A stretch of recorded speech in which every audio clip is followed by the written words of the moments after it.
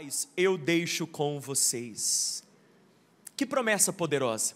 João capítulo 14, versículo 27.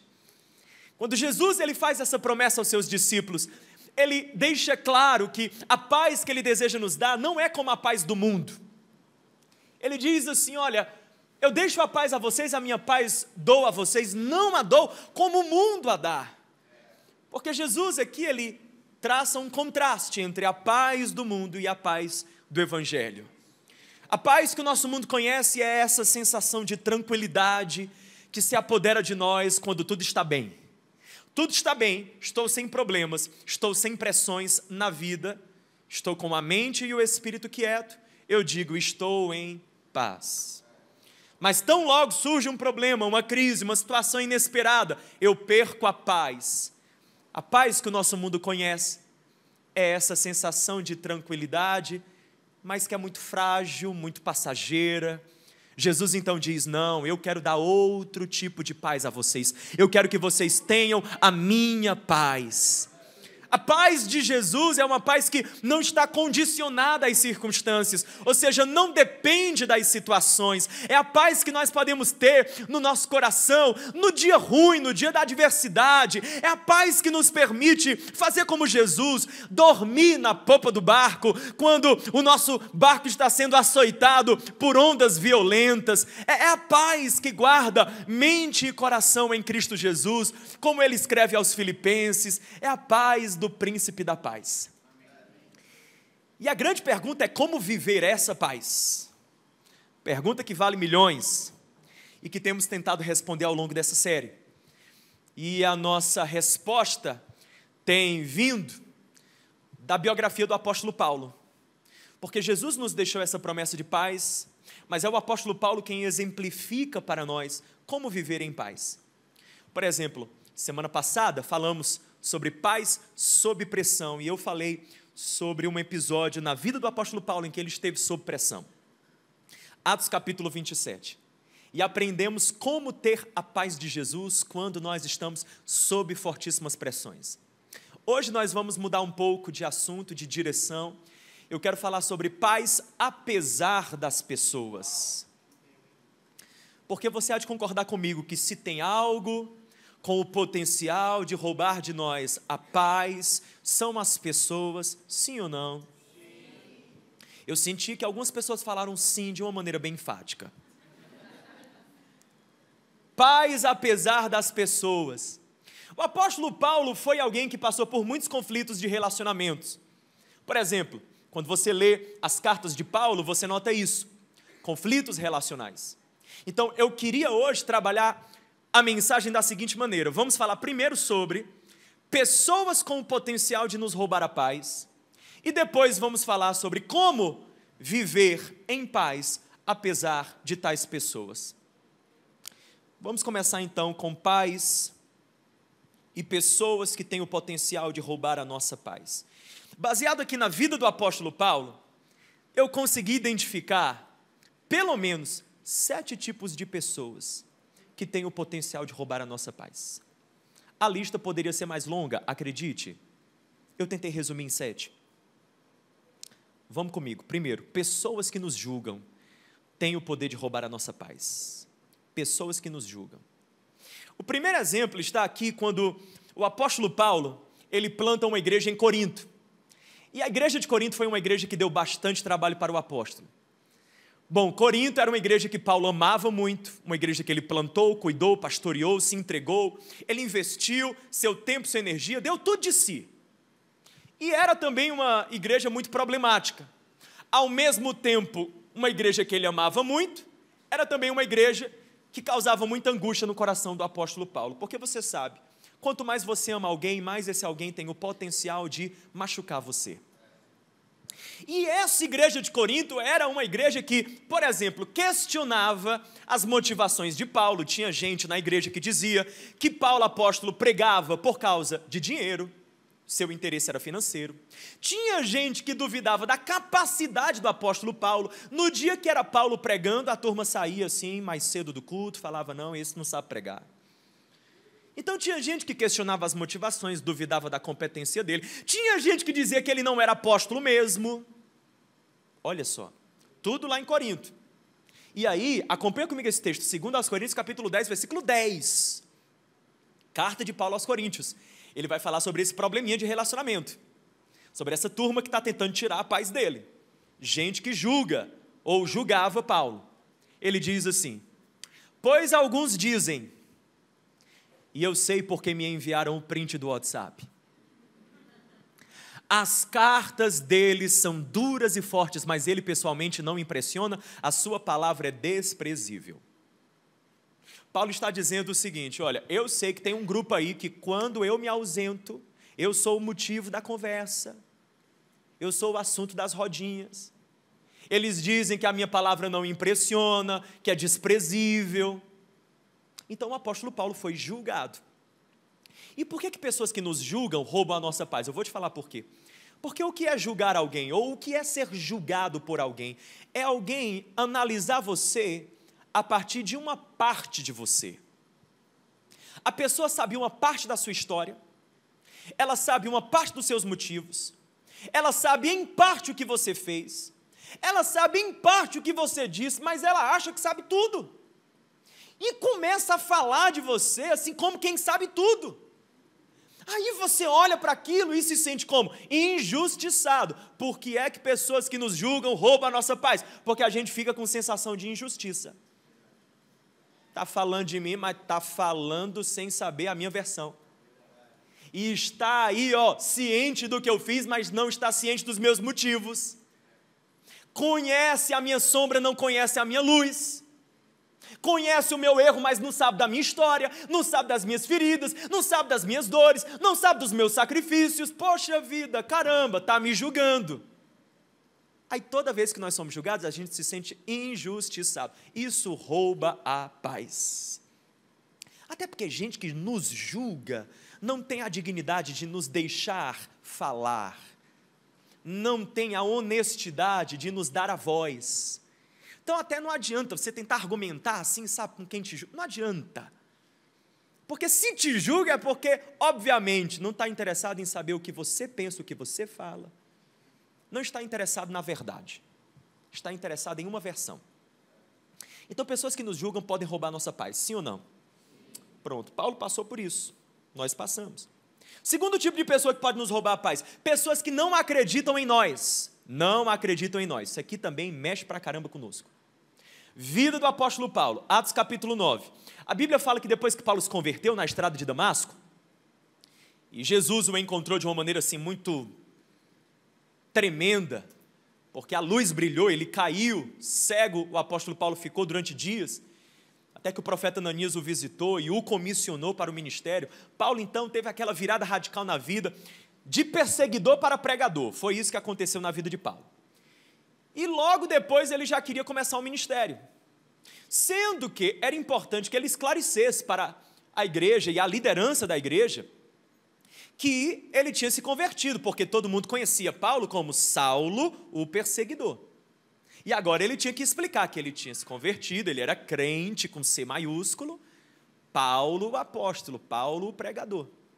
Aí ele vai lá em Jerusalém, Atos capítulo 9, versículo 26. Quando chegou em Jerusalém, ele tentou reunir-se aos discípulos, mas todos estavam com medo dele, não acreditando que fosse realmente um discípulo. A turma não acreditou nele. E foi preciso que Barnabé conectasse Paulo ao colégio apostólico, ao círculo apostólico, para que Paulo então tivesse vez na liderança da igreja. Porque ninguém queria acreditar na conversão dele. Pessoas que não acreditam em nós podem roubar a nossa paz. E aí eu pergunto se isso não acontece conosco também. Pessoas que nos desacreditam. Por que isso rouba a nossa paz? Porque todo mundo que nos desacredita, ou gente que não necessariamente explicitamente, mas fica nas entrelinhas, que não acredita muito em nós, transmite a seguinte mensagem: você tem que se provar. E essa de eu tenho que me provar rouba a nossa paz. Por exemplo, no trabalho, você sente que não acreditam muito em você, não te dão coisa maior, tarefa maior, responsabilidade maior, aí você fica naquela, tenho que me provar, tenho que me provar, tenho que me provar, e aí já passou 1, 2, 3 anos, e você nessa de tenho que me provar, que coisa para tirar a paz. É como se eu nunca atingisse a nota que eles querem. É como se eu nunca estivesse nesse ponto de bom bastante para ser reconhecido, validado, promovido. Rouba a paz. Por exemplo, nos nossos relacionamentos, nas nossas amizades, ter que se provar que eu mereço você, provar que eu mereço sua confiança.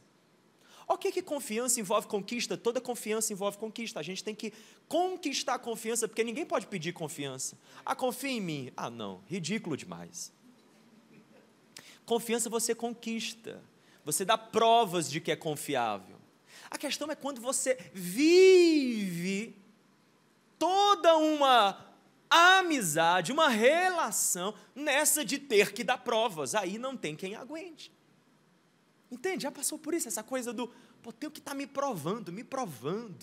Aí você se sente meio que sempre avaliado, sempre assim, observado, examinado.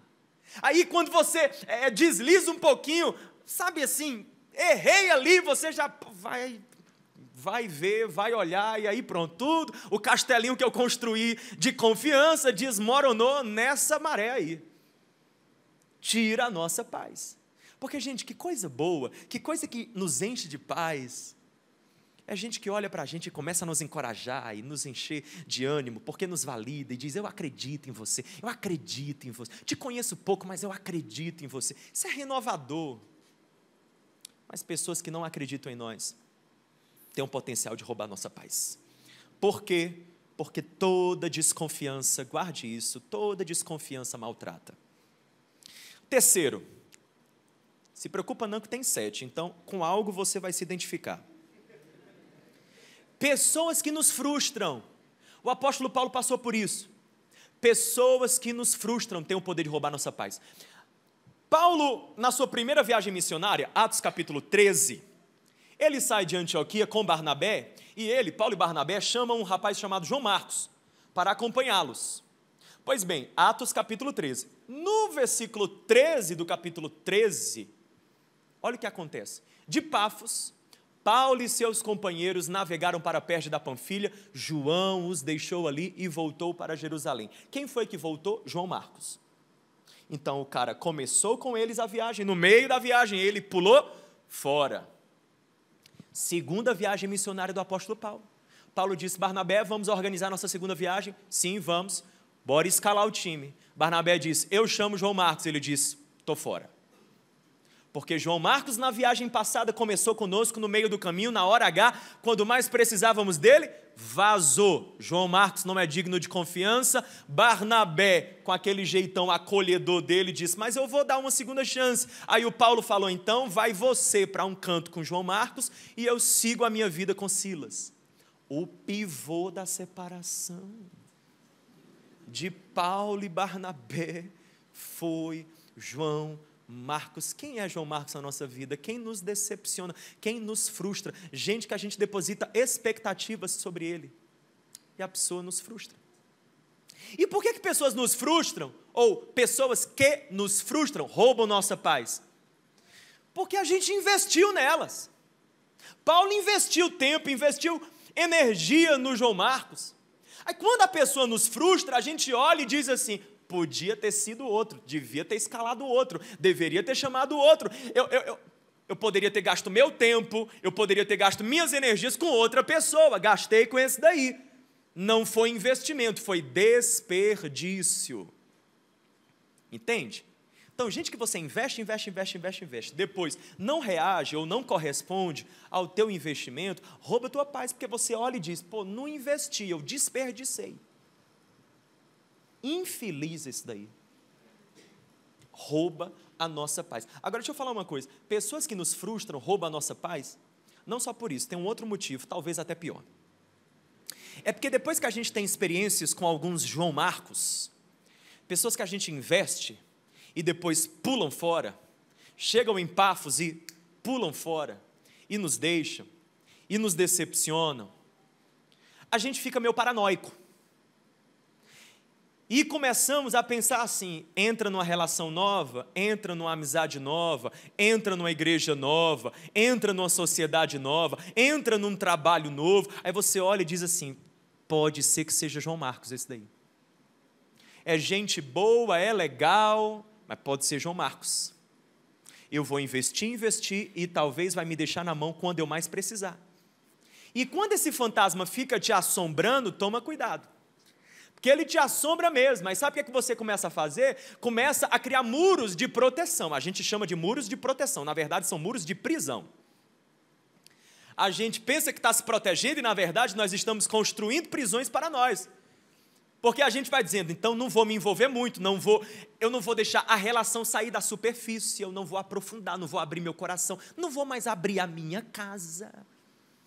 Porque o último que eu abri foi João Marcos. Abri minha intimidade, gastei meu tempo, mandava figurinha. Não vou. Aí você não sai mais da superficialidade com ninguém. Você diz, estou me protegendo, está se aprisionando, está se privando do novo, de novas pessoas, de novas conexões que Deus tem para você. João Marcos passou na tua vida e te deixou meio paranoico. É assim que os João Marcos roubam a nossa paz. Entende? Isso aqui tem a ver conosco. Quarto tipo de pessoa que rouba a nossa paz, pessoas que nos abandonam. Demas, esse é o nome. 2 Timóteo 4,10, Paulo diz assim, pois Demas, amando este mundo, abandonou-me e foi para Tessalônica. Quem é Demas? Não faço ideia. Mas eu sei que Paulo disse que esse cara o abandonou, e eu sinto aqui uma mágoa do Paulo. Abandonou-me e foi para Tessalônica. Não é assim, ele se despediu, nós ficamos numa boa, ele disse adeus, está tudo certo, a relação assim meio que se rompeu, mas saudavelmente, não, abandonou-me. Por que pessoas que nos abandonam, nos deixam, elas roubam a nossa paz? Porque todo abandono, escute isso, todo abandono gera em nós uma certa culpa. Porque todo Demas que nos abandona, que nos deixa, ele deixa conosco a seguinte pergunta que fica lá dentro de nós: por que ele foi embora? Por que ela me deixou? Por que ele me trocou? Eu não sou bom o suficiente? Eu não sou um amigo bom o suficiente? Eu não fui um cônjuge bom o suficiente? Eu não fui um sócio, um parceiro de trabalho dedicado o suficiente? Entende? Eu sou pastor. Às vezes por outra, a pessoa vem conversar, pastor, estou saindo da igreja. Eu digo, amém, meu irmão, sair da igreja não é o fim do mundo é quando a igreja sai de você. Estou saindo da igreja, eu digo, louvado seja Deus. Tem uns até que eu penso que é obra divina. Aí a pessoa, culto das 20 horas, né? O pastor fica meio sem filtro.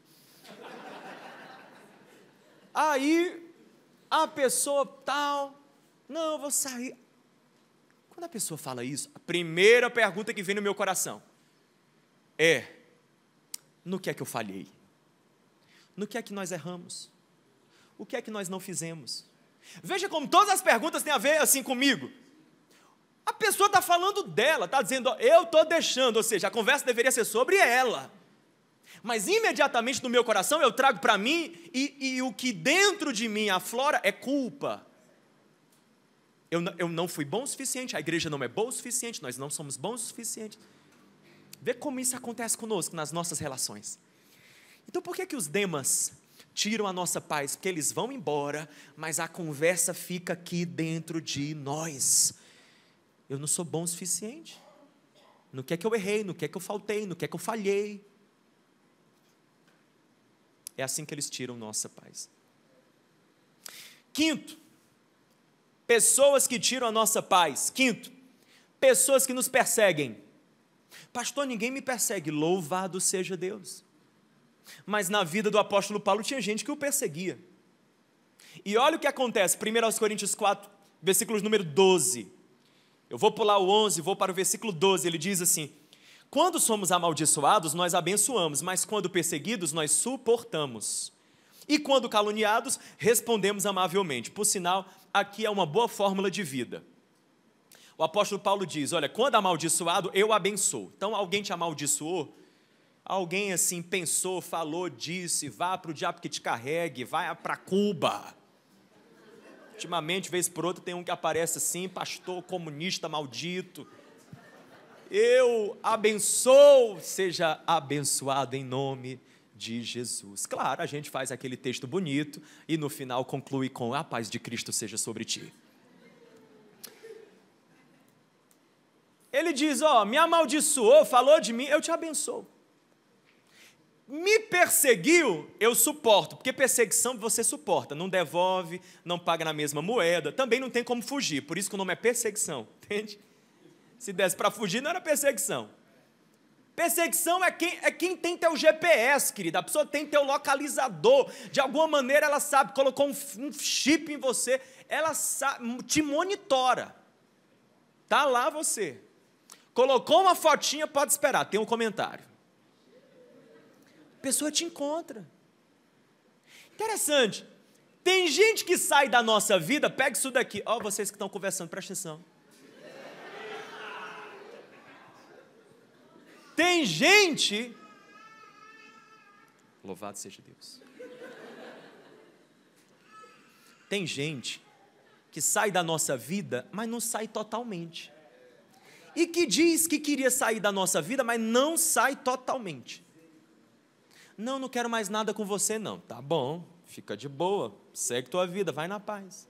Mas tá lá, fulano curtiu, fulano disse, fulano comentou, fulano mandou, fulano... Sai da vida, mas não sai totalmente. É aquela coisa do assim, mas eu não te largo, viu? Vou ficar aqui no teu pé. Pessoas que nos perseguem, deixa eu te falar um tipo de pessoa que nos persegue, gente que tem a unção de fiscal. Quem é fiscal? É a pessoa que fica fiscalizando a tua vida, monitorando você, vendo uma palavra fora do lugar, tudo que eu precisava para pegar ele.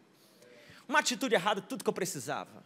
É aquela pessoa no trabalho, meu querido, você completou aquela maldita planilha com 40 abas, e ela, tudo que precisa é dos 10% que está faltando alguma coisa, está faltando alguma coisa, está faltando alguma coisa, está entendendo? Fica fiscalizando você a todo tempo.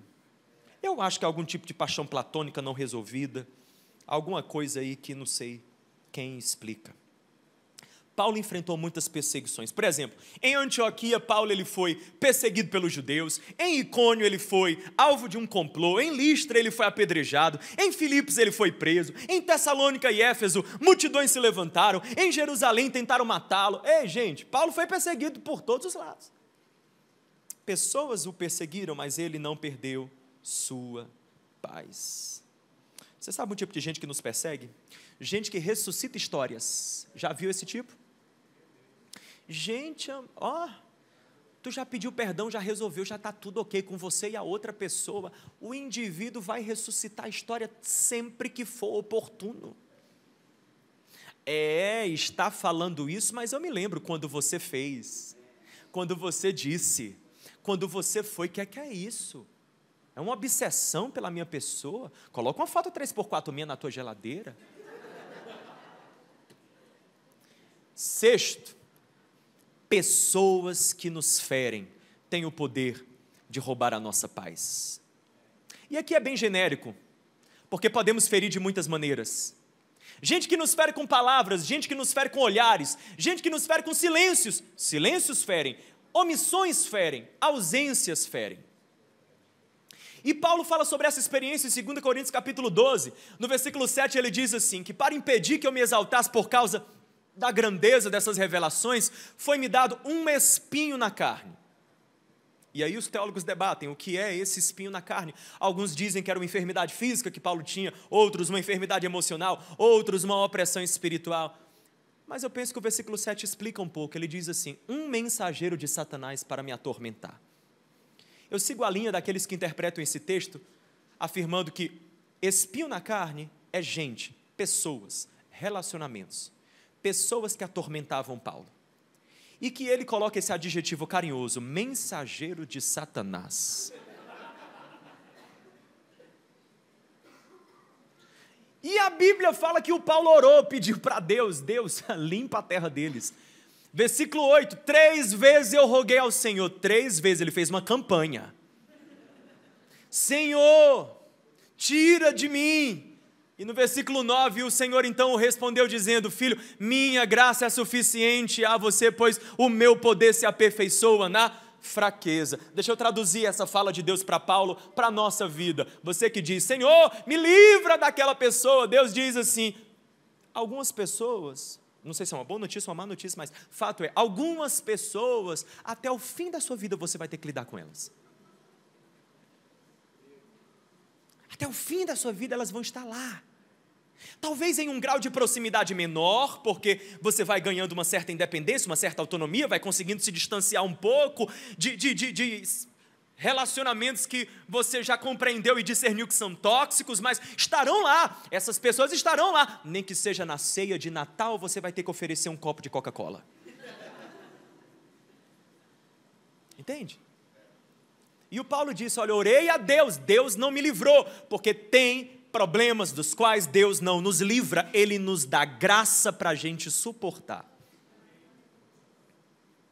E por último, depois dessa lista, eu quero finalizar com essa daqui: pessoas que nos tiram a paz, pessoas que nos causam males. Eu quero encerrar a lista com isso, porque se você não se sentiu contemplado em nenhum dos outros 6 pontos, então coloca tudo aqui nessa 7ª categoria.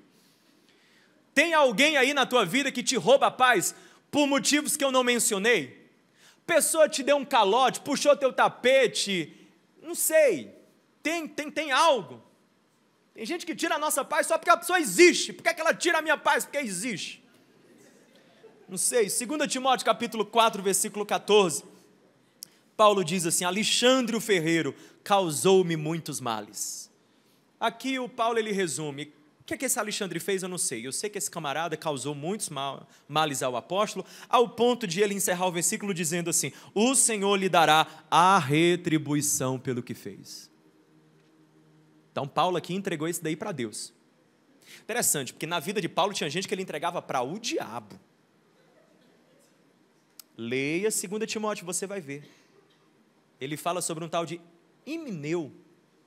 Ele fala: esse eu entrego ao diabo. Esse tem que sofrer na mão de Satanás, ele tem que apanhar do diabo para aprender.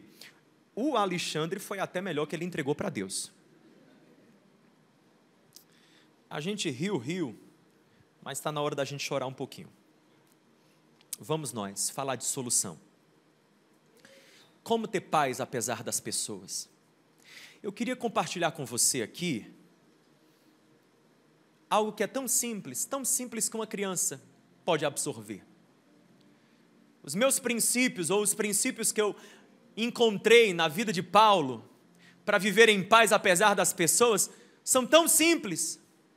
Ninguém precisa assim de um QI elevado para compreender, não, é simples demais, porém é desafiador. E eu quero encorajar você a pegar esses 3 princípios, e não guarde em uma gaveta, não coloque em um arquivo, não, coloque na sua cabeceira, e todos os dias lembre o seu coração esses 3 princípios, se você deseja viver em paz com pessoas.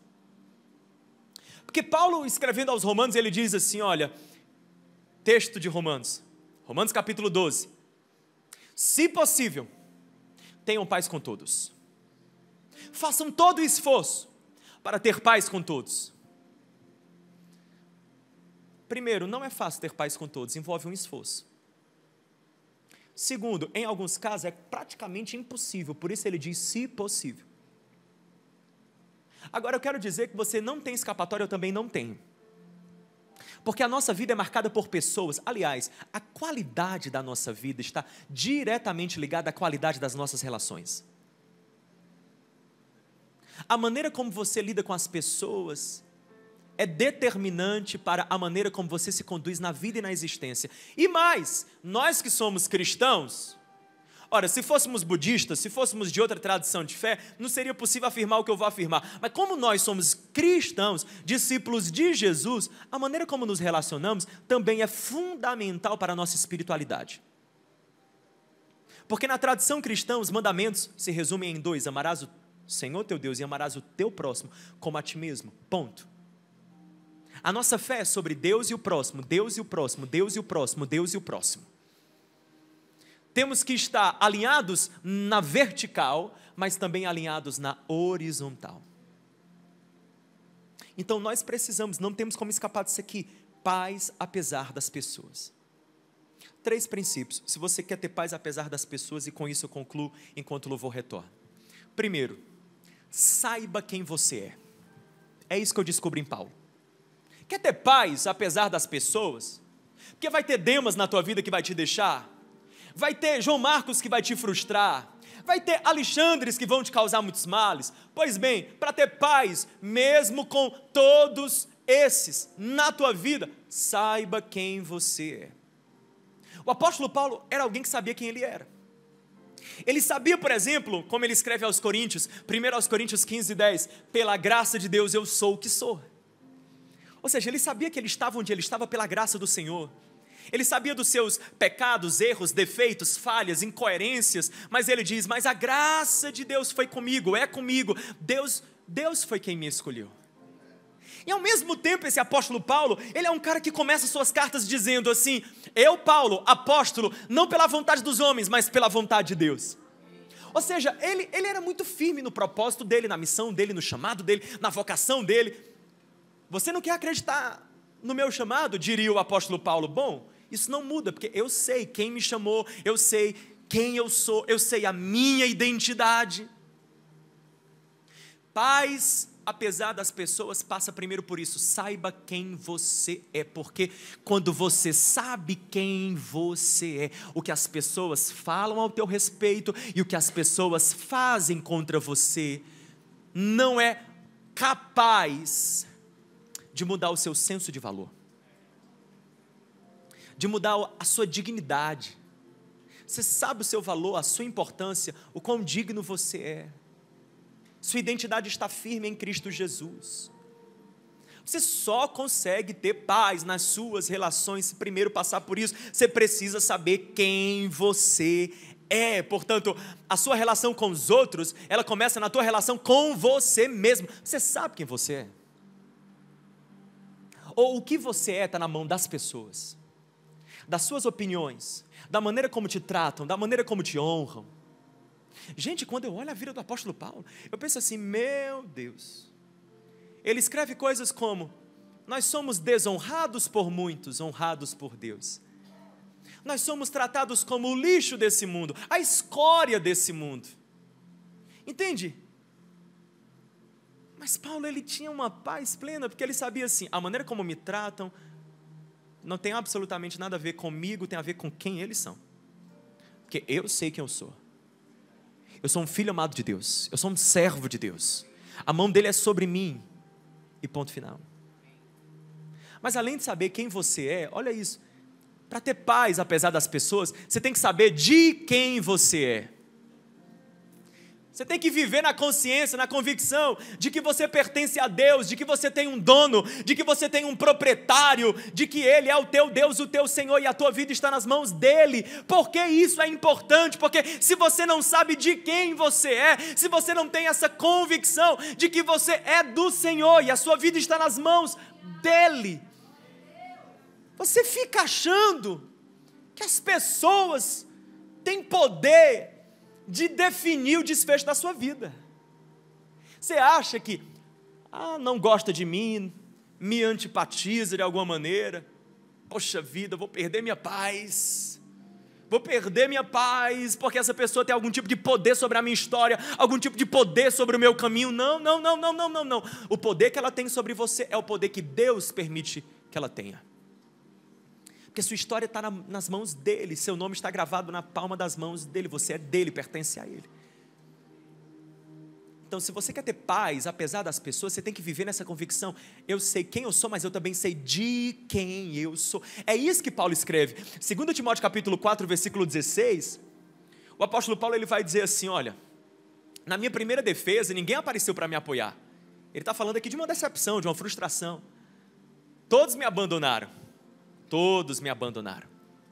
Aí no verso 17 ele diz, mas o Senhor permaneceu ao meu lado.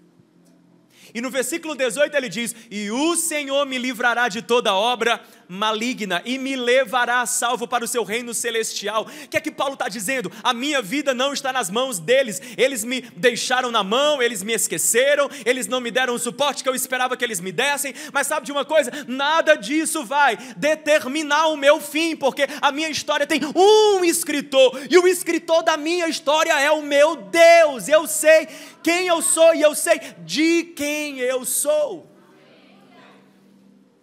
Quando eu sei quem eu sou, as pessoas não podem mais roubar minha paz, porque o meu senso de valor não está mais na mão delas. Quando eu sei de quem eu sou, as pessoas também não podem mais roubar minha paz, porque eu sei que o meu destino não está mais nas mãos delas. Meu caminho, a minha história, para onde vou acabar, não está nas mãos delas. Não está. Então eu tenho paz.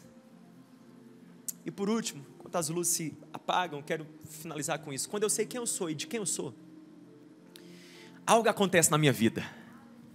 Eu troco de papel nos meus relacionamentos. Como assim trocar de papel?